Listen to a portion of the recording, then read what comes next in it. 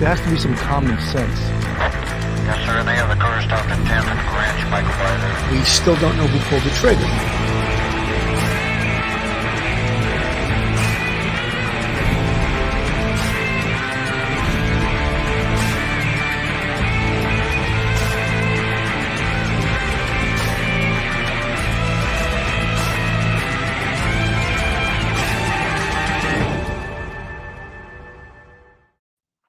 Hello, everyone, and welcome to Police Off the Cuff Real Crime Stories. I'm your host, Bill Cannon.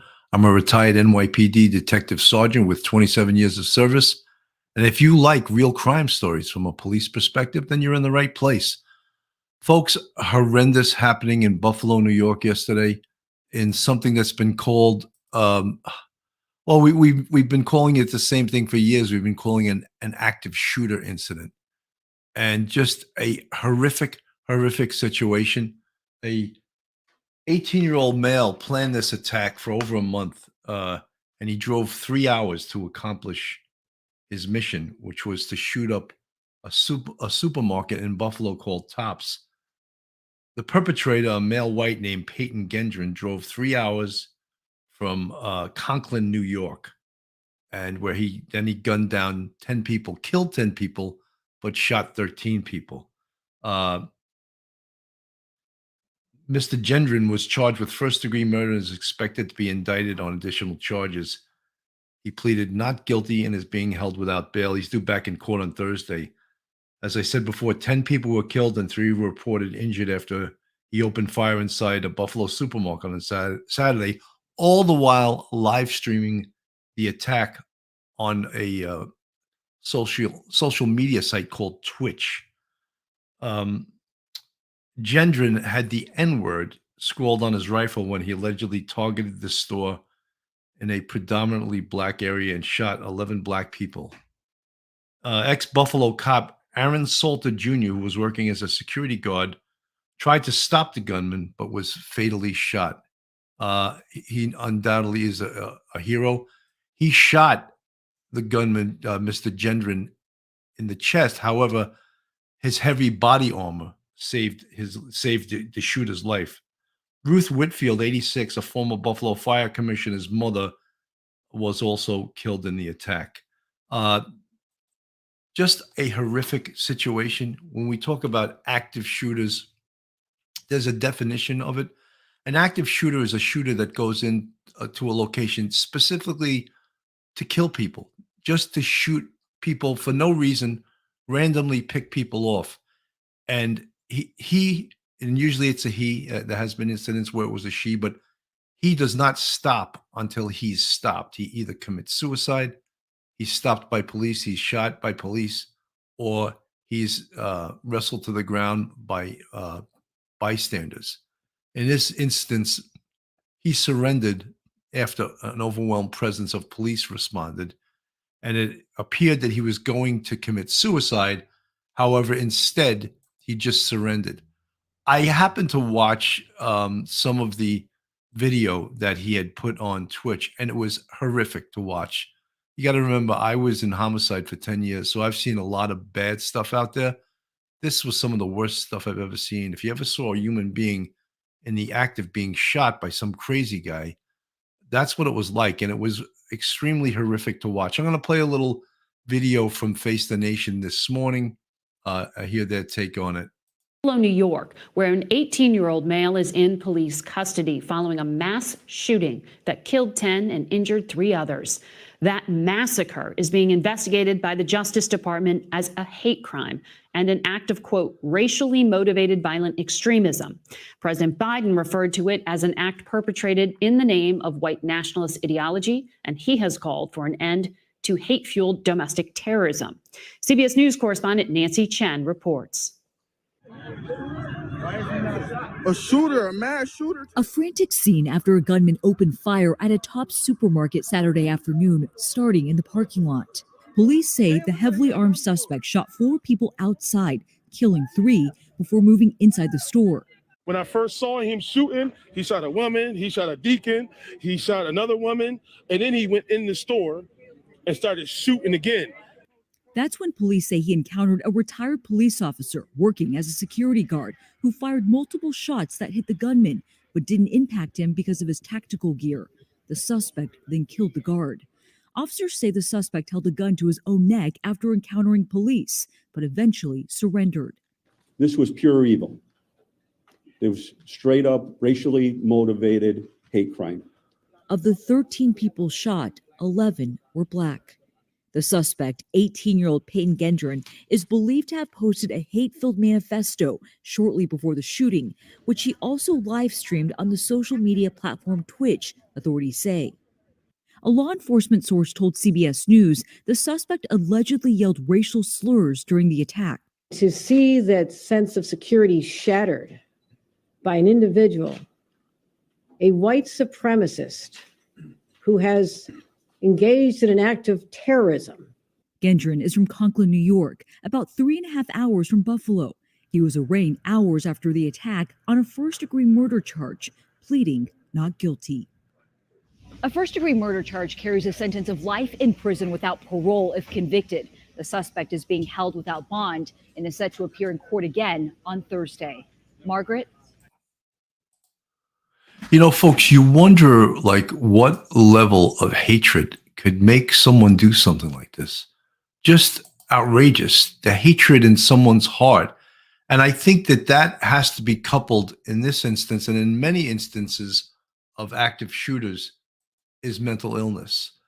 I think he was also had been on the radar of police and FBI. He had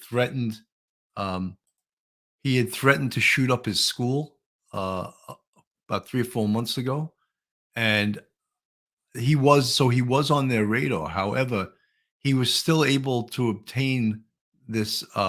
They describe it as an assault rifle. There's nothing, I think, in the gun world called an assault rifle. It was a semi-automatic rifle, which was extremely accurate. He was an accomplished shooter. You could see. I mean, I watched that horrific video, and you could see that he was just he knew what he was doing. And in addition to the shooting, he was wearing tactical gear with a helmet that had a helmet camera that was able to show what he was doing. This is the Buffalo police officer. His name is Aaron Salter Jr. He just recently retired, and that's the definition of hero. He encountered this guy without a second thought, fired numerous shots at him, hit him in the chest. However, he was wearing heavy-duty armor. It failed to penetrate the armor, and the officer, the recently retired Buffalo police officer, lost his life. You can't get any braver than that, him engaging this crazy gunman. I can't even imagine when you look at this community. I sort of have a soft spot in my heart for Buffalo. I went to college in Buffalo. I'll tell you how many years ago. I went to Buffalo State College, and I always found, we'll call them Buffalonians, I always found them to be very warm, very caring, and always willing to help. And I think that comes from living in this area of upstate New York that has horrific weather, has really very cold, and it always seems like there's some kind of precipitation going on. But people in Buffalo are always willing to help each other out. And I think that comes from the harsh climate that they live in. Right away, it seems that this has been declared a hate crime, and for obvious reasons. I believe that the shooter had what they're calling a manifesto, and the FBI has recovered it.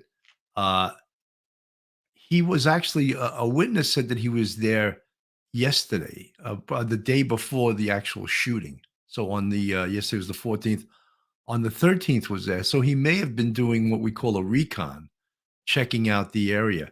And in this instance, in this shooting, he killed three people in the parking lot, shot 4, and then made his way into the supermarket, Tops supermarket, and continued shooting people, which is just, you cannot get any more horrific than that. You can't imagine how this community and this very close-knit community of Buffalo, New York, is suffering right now. I'm just going to play some of the public officials yesterday who were on the scene. You can see the hurt in their faces. It's written all over their faces. And that all of us are feeling right now cannot even be explained.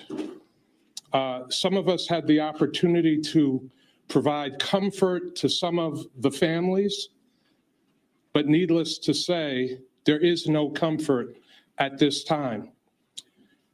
We are pleased that a shooter is in custody. The person responsible for the tragic events of today is in custody. You will get more details in a moment. I want to thank all of the law enforcement agencies at the federal, state, county, and city level, all of the agencies that have responded. Buffalo is known as the city of good neighbors nationally and internationally. This is a community where people love each other. The shooter was not from this community. In fact, the shooter traveled hours from outside this community to perpetrate this crime on the people of Buffalo. A day when people were enjoying the sunshine, enjoying family, enjoying friends, all manner of happy activities. People in a supermarket shopping and bullets raining down on them.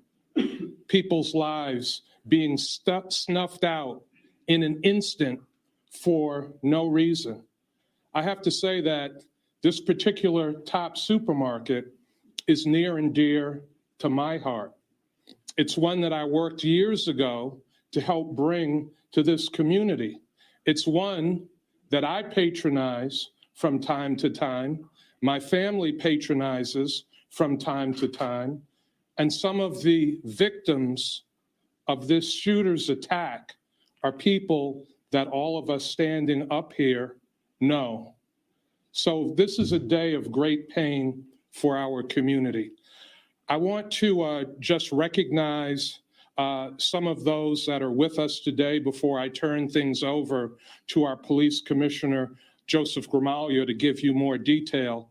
I want to recognize County Executive Mark Polenkars, Erie County Executive, Congressman Brian Higgins, Council President, Buffalo City Council President Darius Pridgeon, Erie County Legislature Chairwoman April Baskin, Erie County Legislator Howard Johnson.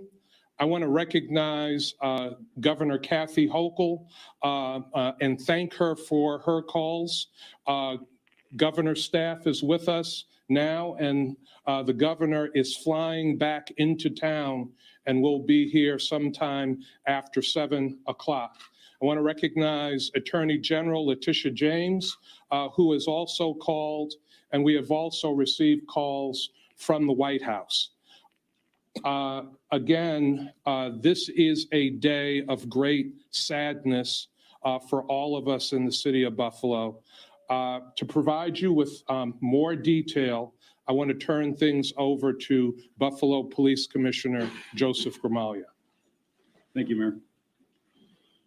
At approximately 2:30 today, an individual who the mayor stated is not from this area and is from hours away drove to Buffalo, went to 1275 Jefferson Avenue to the Tops Market. He exited his vehicle. He was very heavily armed. He had tactical gear. He had a tactical helmet on. He had a camera that he was live streaming what he was doing. The individual exited his car and engaged 4 individuals. He shot 4 people in the parking lot. 3 of those were deceased. 1 individual at this time is surviving the injury. The individual went inside. As I said, he's an 18-year-old white male, walked into the store and began engaging customers inside the store. One of the individuals inside the store is a security guard, a beloved security guard, who is a retired Buffalo police officer, a hero in our eyes, engaged the suspect, fired multiple shots, struck the suspect, but because he had heavily armored plating on, that bullet had no round. The suspect engaged our retired officer, and he was ultimately shot and deceased at the scene. He continued to work his way through the store.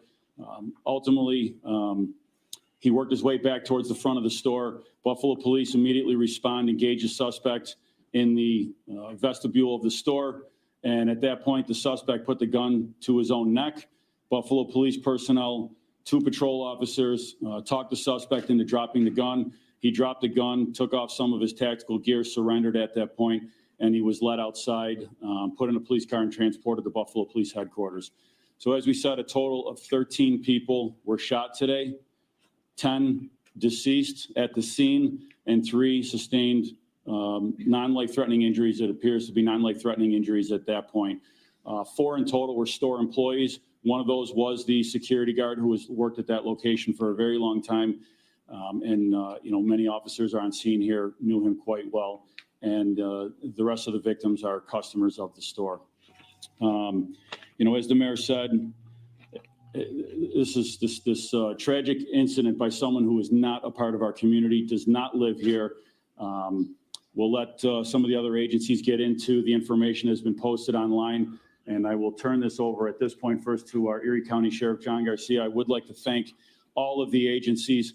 We have a very, very close working relationship with every level of government, every level of law enforcement, and everybody was immediately calling and responding. We had a command post set up, and everybody is asking what we can do and how can we pitch in. The individuals from several hours away, the New York State Police and the FBI are investigating that part of the crime as well. So I will turn this over at this point to Erie County Sheriff John Garcia. Thank you. Folks, I'd just like to make a comment here. Outstanding response from the Buffalo police. Of course, they couldn't prevent this tragedy, but they prevented it from going any further. They prevented any other people. When you think of the bravery of this retired Buffalo police officer, Aaron Salter, how he engaged this gunman, even though outgunned, a semi-auto rifle against undoubtedly a handgun, and he took him on and he lost his life.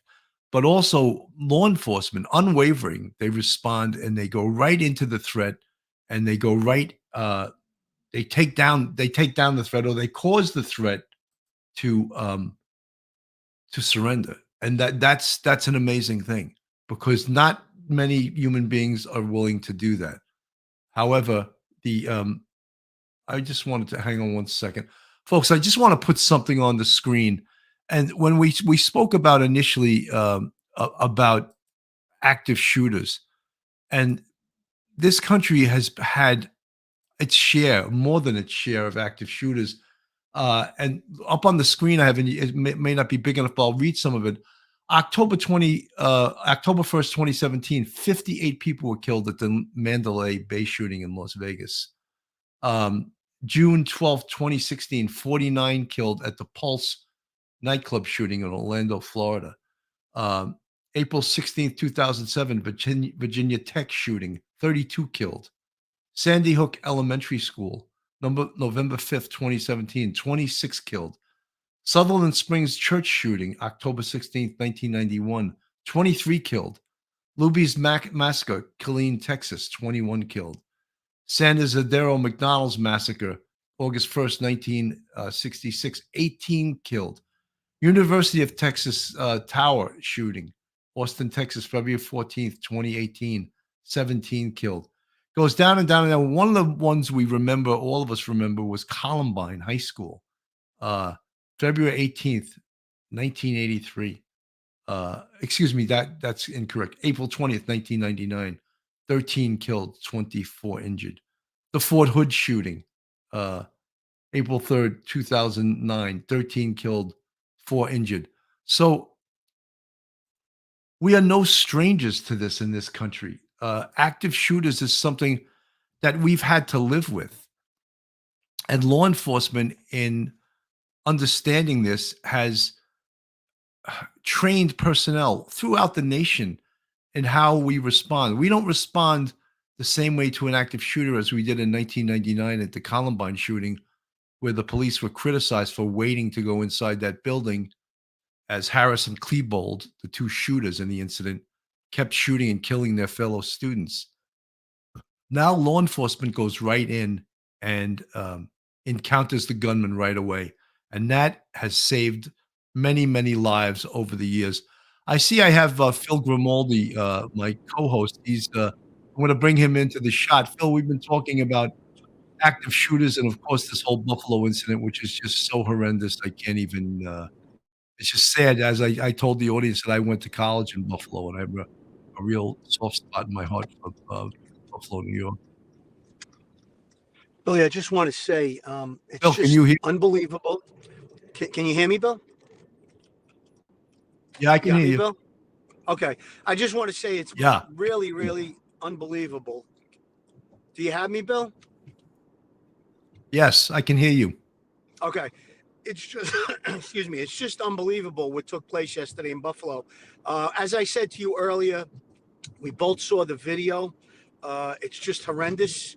I don't know what went on in this young man's life that made him do such a horrific thing, but it's just unbelievable. As you mentioned, the retired Buffalo police officer, I think you said his name was Aaron Saunter, a true hero. He was completely outgunned by this individual. However, he didn't hesitate to take him on. They had an exchange of gunfire. He was obviously killed. The gunman was wearing this heavy plated armor that protected him from the bullets. And it sounds like, from what we know, that he was going to eventually commit suicide. However, something went wrong and he was taken alive, which I think is actually something that, maybe there could be some investigation into what went on in this man's life that made him do such a thing. And, I really don't have any words. You mentioned all those different shootings. If you go back to the Texas Tower shooting, the amount of bravery that went on in that specific case, that was in the 60s, where an off-duty police officer made his way to the location where this guy was up in the tower firing shots, and he eventually took out the shooter. So the bravery that goes behind law enforcement is really remarkable.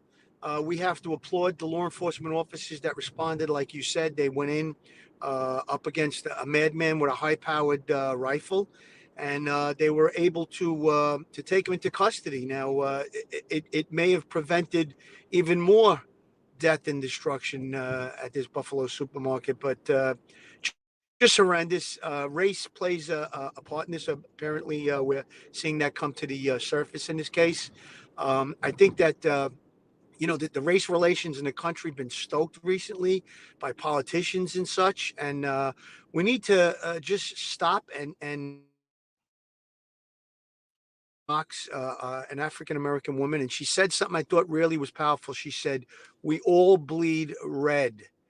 We all bleed red. Color does not."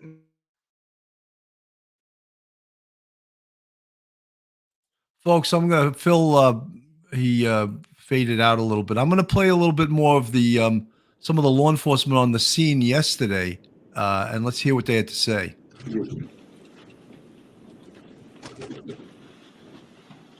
Thank you, Commissioner Gramaglia. As your sheriff and on behalf of the men and women of the Erie County Sheriff's Office, our condolences to the victims and their families.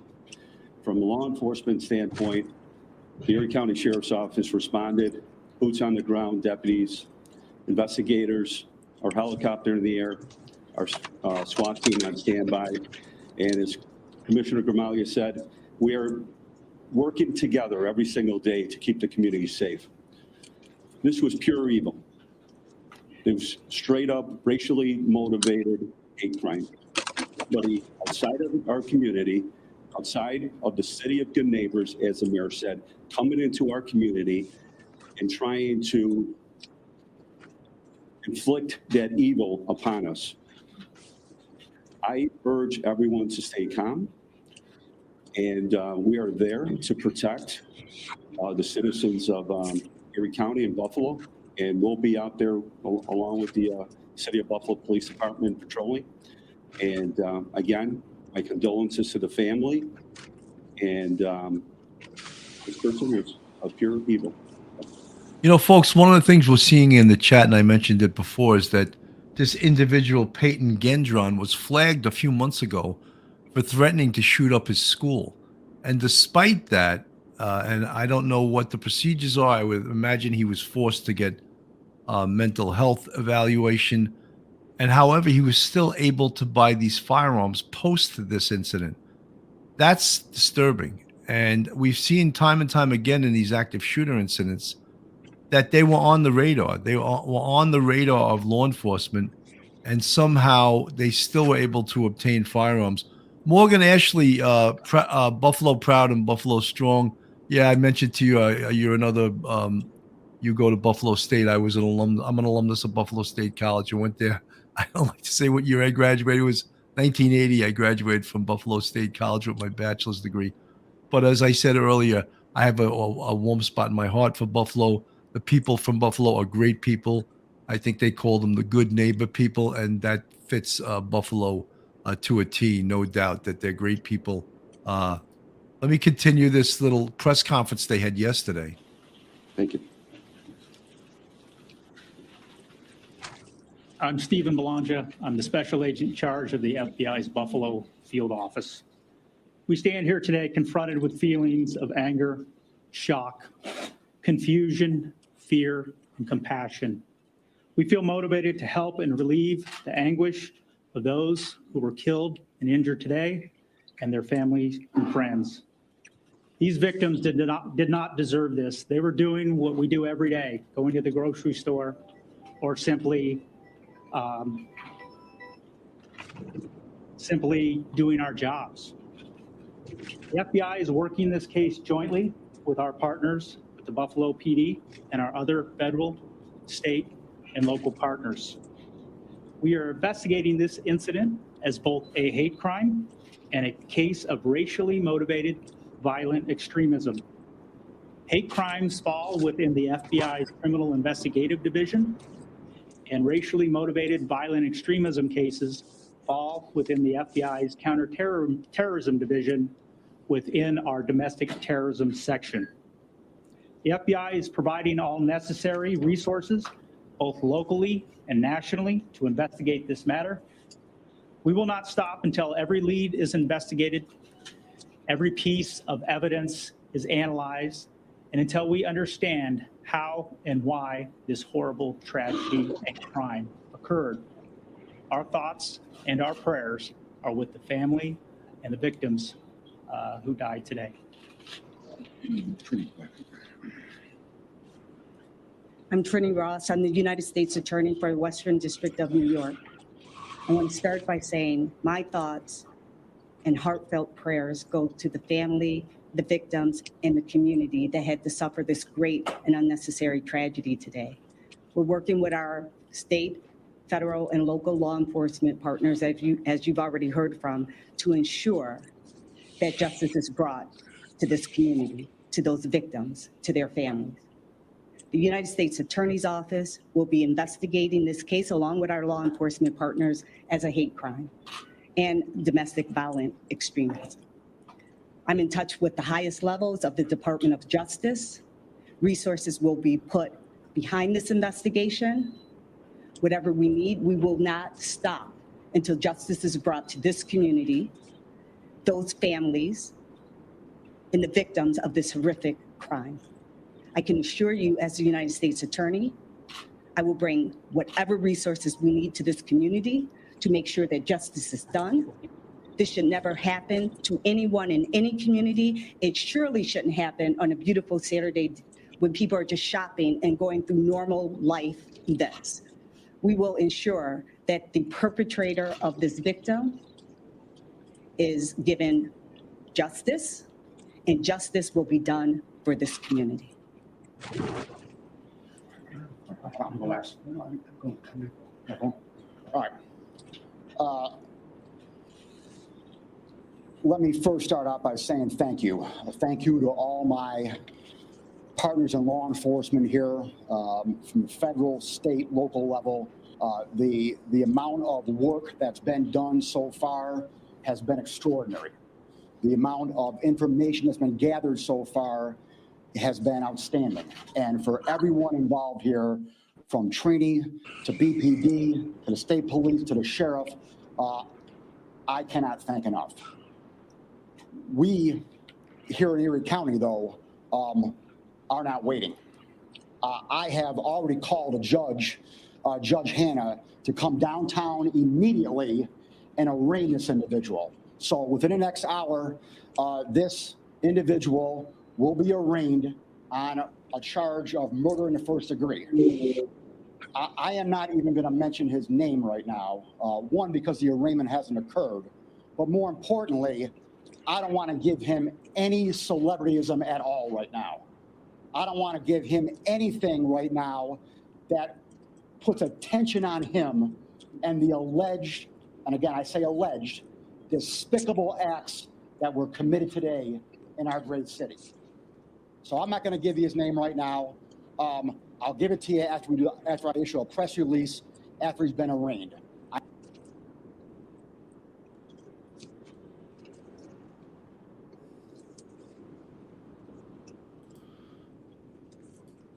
So you can see emotions are strong in Buffalo. Their leaders, their police, everyone's going to be affected by this. I mean, not just, and you know, of course, the community of Buffalo mostly, but even people outside of Buffalo. This is like a wound for the whole nation. I always felt that these active shooter incidents were just so horrendous that even if you weren't there and even if you don't know anyone that's involved in it, it's like a dagger to the heart of society, of civility, of it's just to imagine that someone could just go in and shoot people that they don't even know because of hatred, whether it's racial hatred or bias or religion or whatever it is, just go and shoot people for no reason. It's a type of hatred that I have a hard time to understanding. Phil, what are your thoughts? Billy, I don't think there's any way to understand it. After seeing that video, he exits the vehicle. The minute he's out of the vehicle, he begins shooting people outside the supermarket. People are just walking, doing their Saturday afternoon grocery shopping, whether they're entering or exiting the supermarket. He just opens up, then he begins to shoot through the window at people that were inside, and then he enters the supermarket and he goes on this rampage.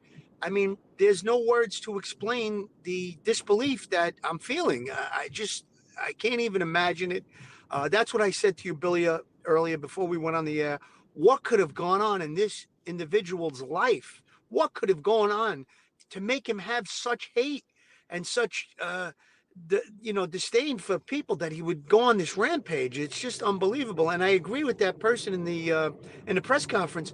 I don't think we should say his name. You want to say a name, say the name of the hero retired Buffalo police officer. I believe it was Aaron Saunter that took on this individual. That's the name that should be talked about in this horrible incident.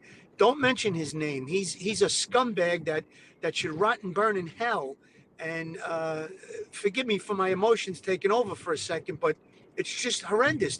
No one should ever have to experience this horrible, horrible situation. I feel for the people in that town. Innocent. Talk about innocent. Shopping on a Saturday afternoon. And your life is just taken out in a split second. Disgusting. And I really have no words. And the other thing that you said, Billy, that really is very, very troubling.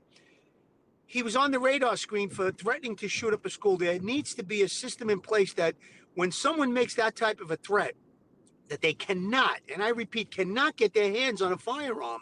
It's just unbelievable that he actually said that. He threatened the school. They sent him for a psych evaluation. And then lo and behold, post that, he's able to get his hands on a high-powered rifle. You know, There's Phil, something not wrong even with the system. not even get your hands on a firearm, but remove the potential firearms you already have. They should be removed from you. 100%. Whatever firearms are in the home of a person that makes that statement, whether it belongs to the person or others in the home, they should be removed, because we know from Sandy Hook and we know from other shootings that if there's firearms in the home and somebody's got those kind of thoughts in their head, we need to stop it and remove the firearms. And that way the threat will be somewhat reduced. I won't say 100% reduced, because there's always possibility they can attain firearms illegally. But I think if a person possesses firearms and makes a threat like that, there has to be a system in place where they cannot have those firearms. They be removed, or they should not be allowed to purchase those firearms. Period. End of story. This could have been averted. It's disgusting to think about.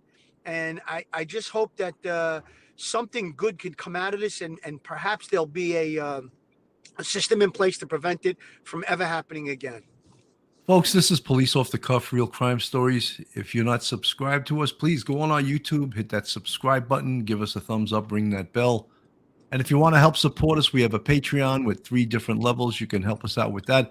And if you want to join our YouTube family, be a channel member, you can go on our YouTube. We have 5 different levels of that. You can see the folks with the green font in the chat. They're all part of the Police Off the Cuff YouTube family, and we appreciate all of their the help and the support they give to this.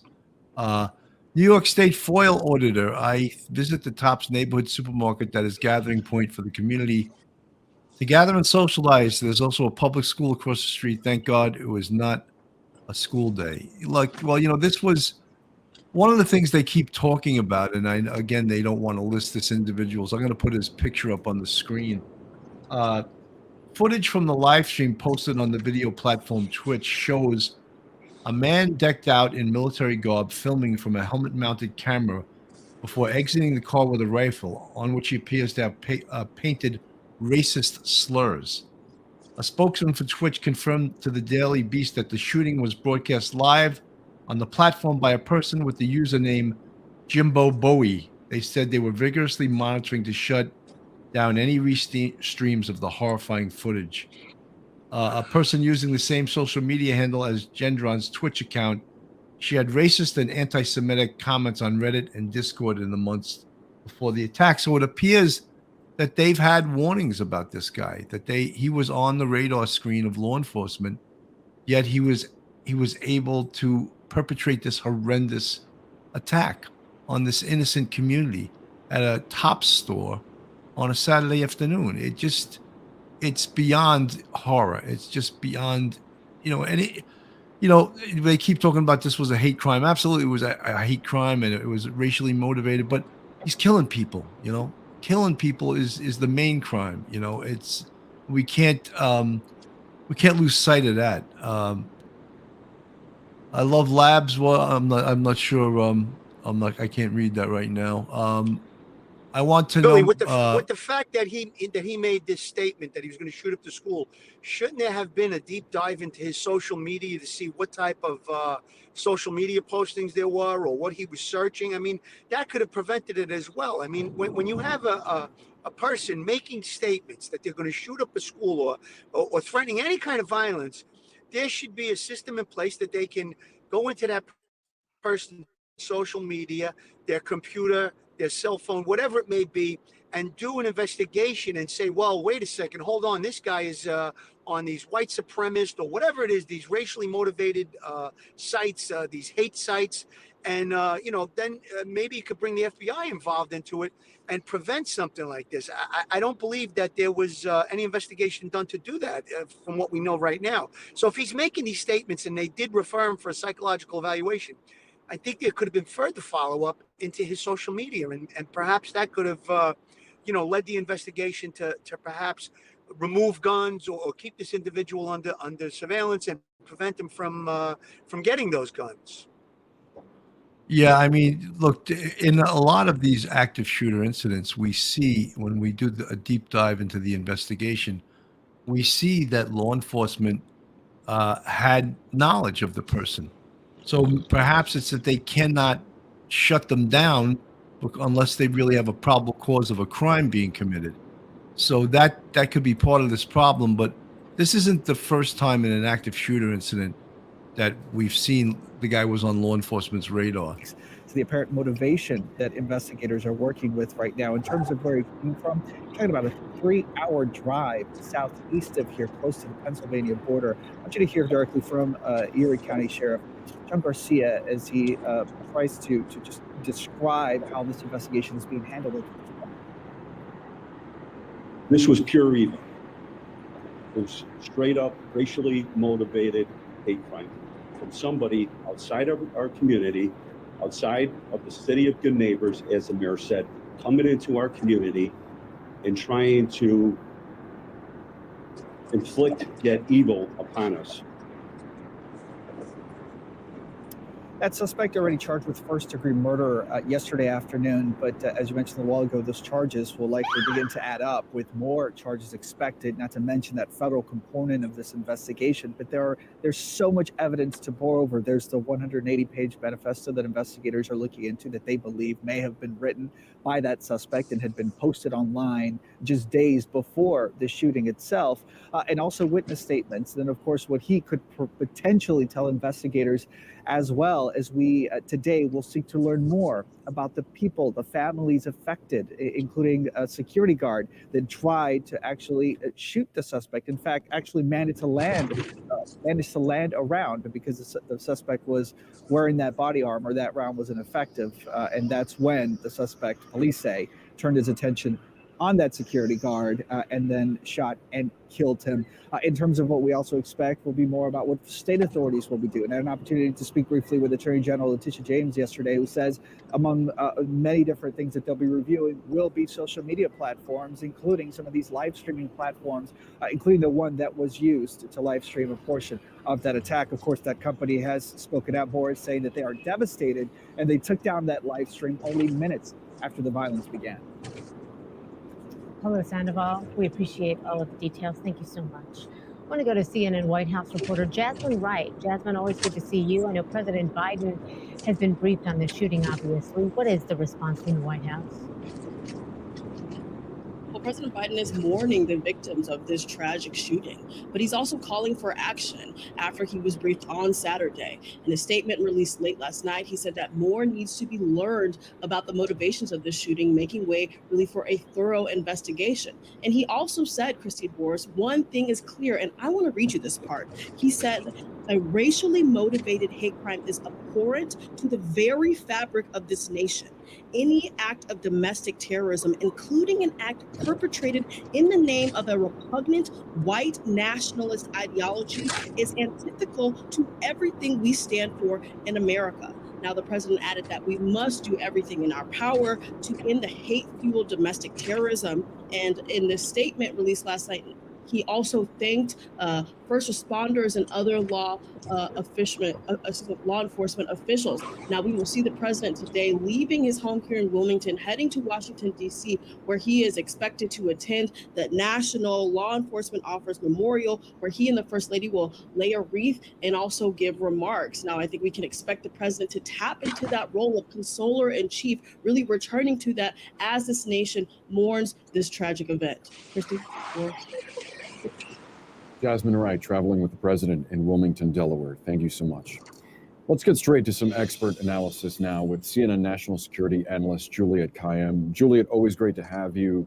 Always unfortunate that it's often under these circumstances.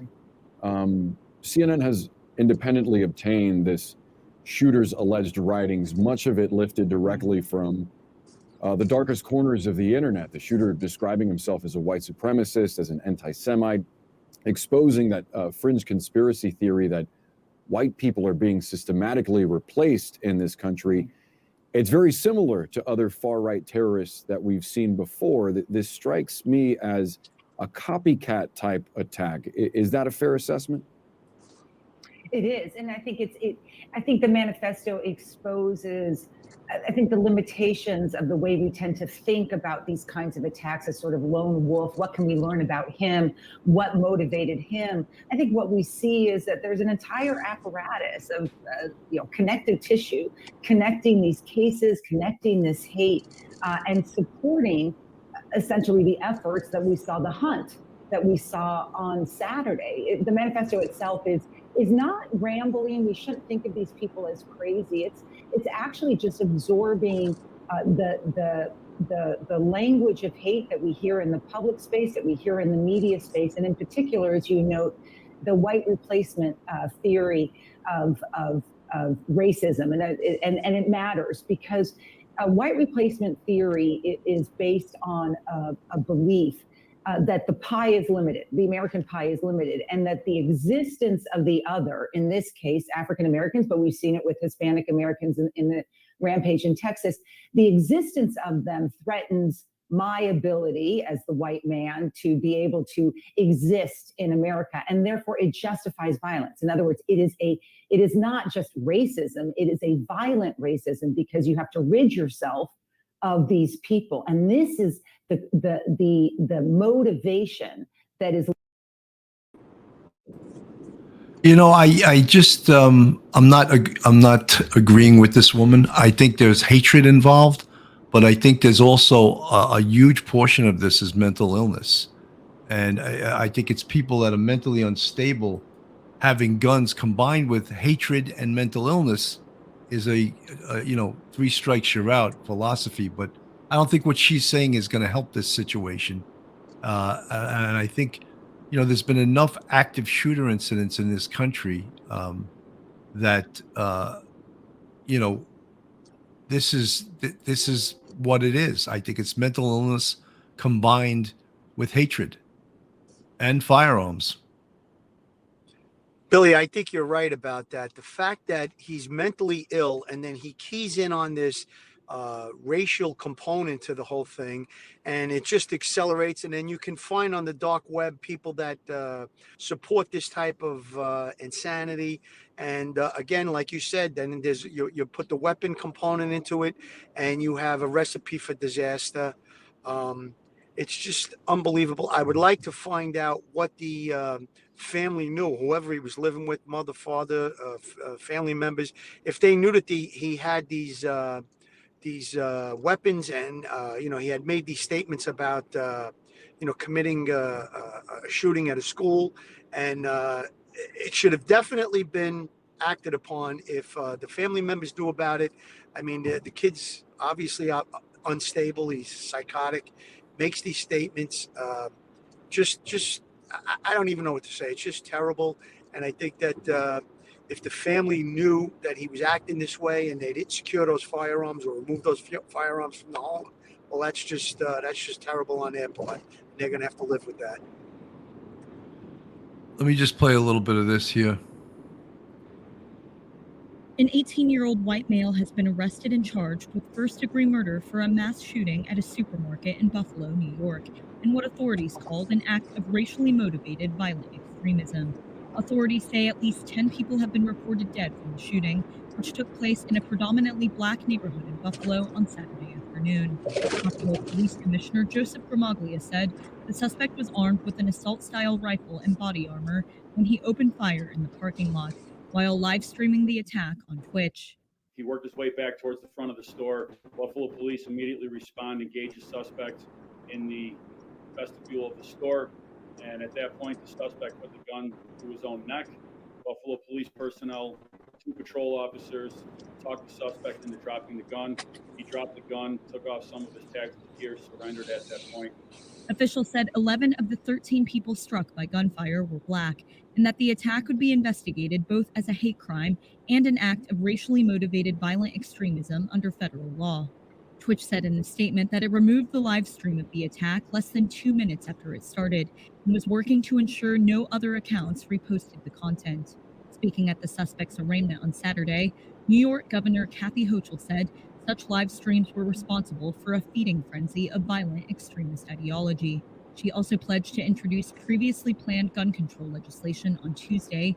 Phil, they can never stop getting mileage out of this. There's enough gun laws. We got to go after the trigger puller, not the gun laws. We have tons of laws. Hochul couldn't resist herself. To address loopholes in state laws. To see that sense of security shattered by an individual, a white supremacist who has engaged in an act of terrorism and will be prosecuted as such. It strikes us in our very hearts to know that there's such evil that lurks out there. Documents attributed to the suspect have been circulating online, including a to-do list for the attack, as well as a 180-page manifesto alleging that minorities are replacing white people worldwide. A district attorney spokesperson declined to comment on the documents, while the FBI could not immediately be reached for comment. If convicted, the suspect faces a maximum penalty of life in prison without parole. You know, Phil, many people in the chat are talking about the dark web and the responsibility that the internet has in potentially raising some of these, the hatred that goes around this country and fermenting the hatred. And you have any opinion on that? Yes, I do, Billy. I think that the social media platforms, they have algorithms that could catch these things and perhaps terminate the live stream. But there's also another component. You know, there's different political groups that will push to have certain things said by, let's say, conservatives taken off the internet or removed from the internet. When, like, for instance, the Hunter Biden story was removed from all social media, and now it turns out to be true. So we have the ability to censor certain things, but it seems like they're doing it in a political manner as opposed to a safety manner. Now, if someone is spewing hatred and calling for an uprising because white people are being replaced by minorities, which is completely insane and ridiculous, that's what should be censored. I mean, you know, the politicians, they want to take their victory lap the minute something like this happens, which is, I find very, very reprehensible and disgusting. I think that when something like this happens, we need to respect the individuals that were killed, give the families the respect to mourn, and, you know, days down the line, weeks down the line, then maybe you can make political statements. I don't think they should be attached at the same time right after something like this happens. But the government needs to be able to not censor so much, but to regulate social media. That it's like the Wild West, what goes on. You can censor things that are true related to Hunter Biden, but you can't censor hate-filled dark web areas of the internet that talk about uprisings and things like white people are being replaced by insane. But the politicians can do a better job. Listen, like you said, we got to target the trigger puller. The guns getting into the hands of the trigger puller, that's the problem. Not the gun, it's the person that's pulling the trigger on the gun, like you stated, Billy. And this guy obviously was off. He obviously had mental illness. I mean, it's clear to see. And, you know, the red flags were there. And I don't want to knock anybody, but the red flags were there. He made these horrible statements about shooting up a high school. They sent him for a psych evaluation. And lo and behold, he winds up with his hands on a high-powered rifle and you know, inflicts carnage on this city in Buffalo. It's just terrible. The web needs to be regulated better, definitely. Yeah, I think you're right. Social media. This fellow that I'm going to put up on the screen, he actually had a conversation with the shooter the day before this occurred. So it was clear, if that's true, that he was doing a recon of the area, checking it out and doing almost like a cold run. And I heard a gunshot, and I looked up. I seen a whole bunch of smoke, and I seen a guy in full army fatigue just shooting, going from left to right, just shooting people. And I thought it was an act at first, because that's nutty to see. And then I seen a security guard run inside, and then I seen a guy go in after him shooting, and I heard 20 to 30 shots. And then I'm like, oh, this is for real. And after a minute or two, I hear the echoes of shots inside. He comes out, he takes the gun, put it to his chin, then he drops it. Oh, there goes Teeny's wife. Then he drops it, and then he took his gloves off. He put something on his boots. Yes, it's his wife. And then he took his bulletproof vest off, and then he got on his knees, then he laid down, put his hands behind his back, and then they arrested him. Some white guy, fully. I couldn't tell how old he was because he had them army glasses on, hat on. It was unbelievable. So, folks, that was a person who was a witness in the parking lot that actually claimed to have spoken to the shooter the day before. So this was being planned apparently for months. And if we believe this individual from the parking lot, he had spoken to him the day before. So what we call that, he could have potentially did a recon, a reconnaissance of the area to check it out before he actually did the dirty deed that he expected the day before.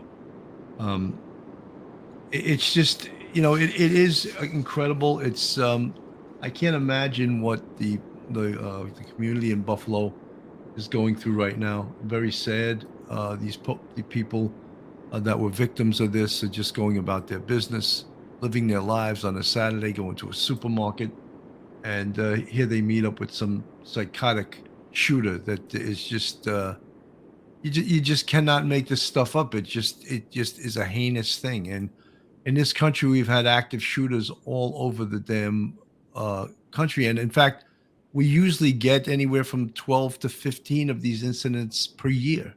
So it's not something that would, and I can't say we're used to. You should never, ever get used to this. But it's not something that is foreign to us. Let me put it that way. It happens far too often. And, the investigation of these things always, always uncovers, usually uncovers that the shooter had contact previously with law enforcement, or there had been a warning. So on the screen, we have the vehicle of Buffalo Police, the proud Buffalo Police, who did an unbelievable job responding to this situation, Kudos to them. preventing any further carnage by bravely taking on this gunman and taking him down and taking him into custody. Can't say enough about law enforcement. Law enforcement always answers the call. Billy, a lot of times they talked about a recon. We call that a dry run. He may have gone into the area, checked things out, scoped things out. Apparently, he lives 3 hours away from where the shooting took place. So there was something that drew him to that area. God only knows what delusional thoughts were going through his mind. But again, you have the defund the police politicians and the general defund the police atmosphere around the country.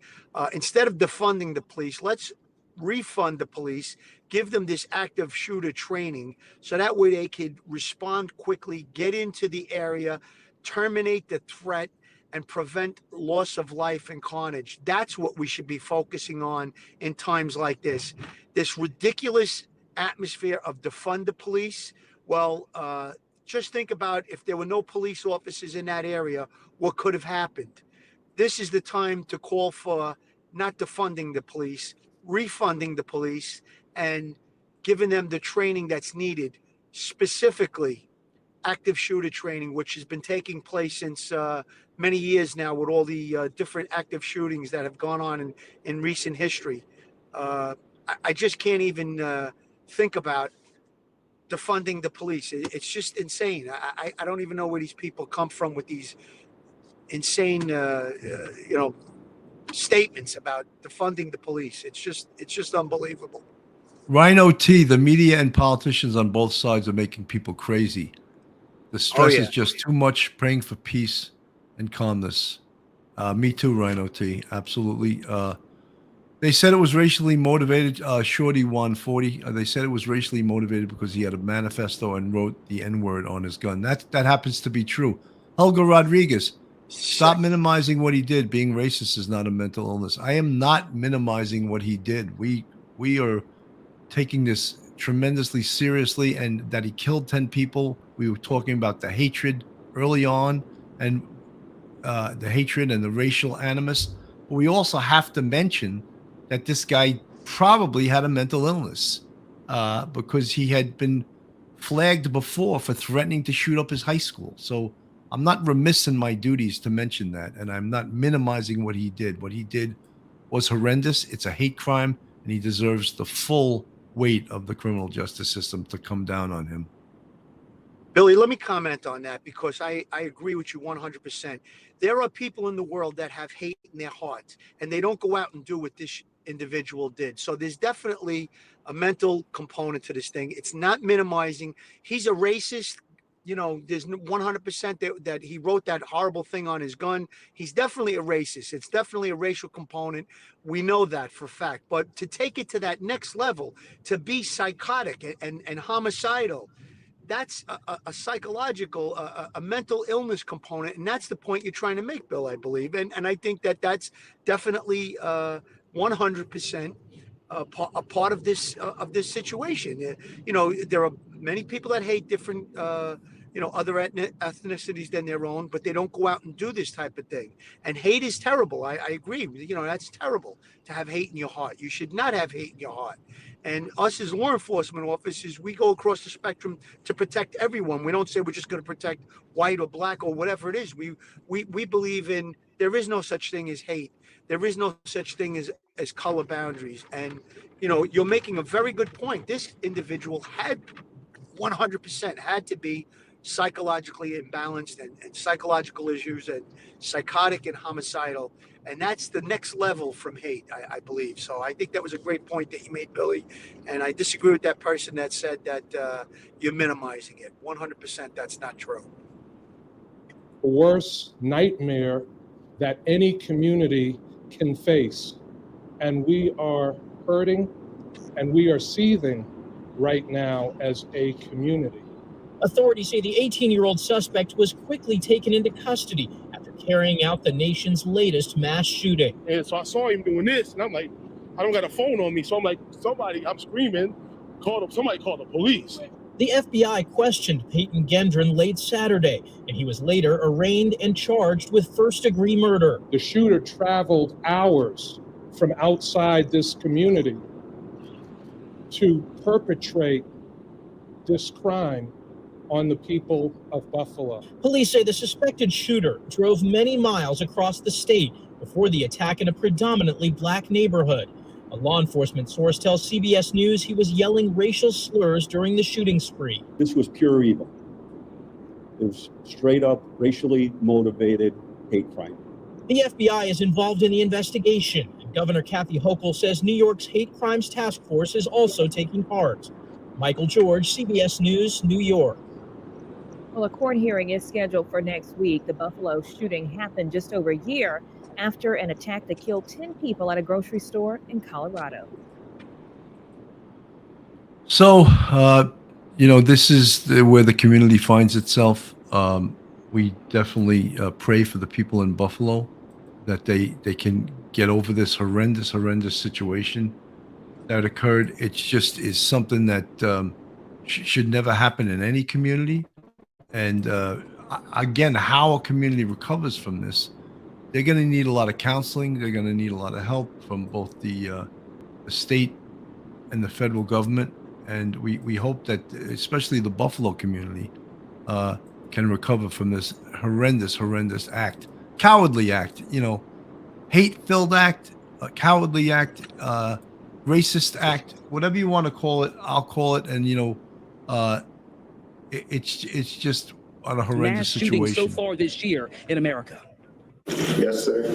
I understand my charges. Payton Gendron did not say much inside a Buffalo courtroom hours after investigators say he carried out a mass killing inside a supermarket in a predominantly black neighborhood. A white supremacist who has engaged in an act of terrorism and will be prosecuted as such. That charge of murder in the first degree carries with it a life without parole sentence. Overnight, police searched Gendron's home in Conklin, New York, a small town about 200 miles from Buffalo. They are also combing through 180 pages of online writings, which included details of the planned attack and racist theories about white people being replaced. Radio, send as many cards as you possibly can. The shooting massacre began around 2:30 yesterday afternoon. Police say 4 people were shot in the parking lot. The gunman then entered the supermarket and continued shooting.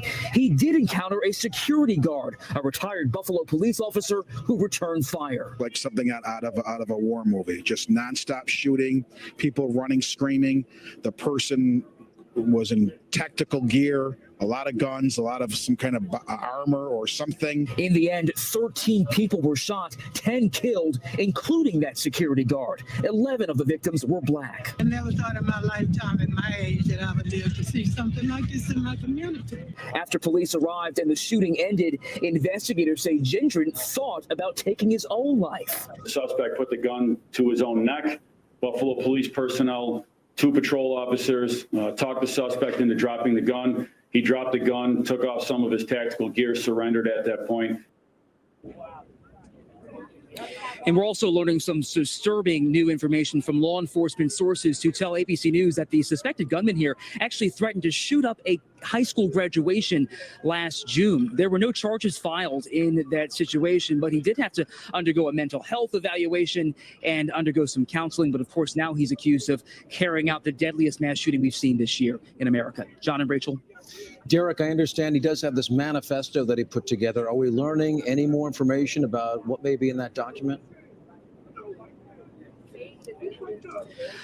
Yes, actually, I just spoke with a representative from the Anti-Defamation League, and he's actually concerned about this because that 180-page document included some ramblings of anti-Semitism as well. So this is a hateful person, it seems like, from this document that investigators are now looking at online, radicalized from things he saw on the internet, and he was out to inflict pain on non-white people. We're reporting live here in Buffalo, New York. I'm Derek Waller for ABC 7 Eyewitness News. So, folks, it's a horrendous situation. We can't make light of it. We defined earlier on in the broadcast what an active shooter is. He is exactly that. He's an active shooter. He's also a racist. This was a hate crime. All of those things. I'm trying to check all the boxes so that people don't accuse us of being biased in any way. This was a hate crime, there's no doubt. And as I said, I went to college in Buffalo, and I have a very warm place in my heart for Buffalo, New York. And it's this situation. I hope the community can get over it quickly, but there's nothing like this before. I'm just going to take a quick commercial break. If you need an attorney in the New York City metropolitan area, Joe Murray's your guy.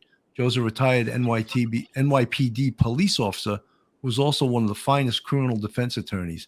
You can reach Joe on his cell at 718-514-3855, or you can email him at joe@jmurray-law.com.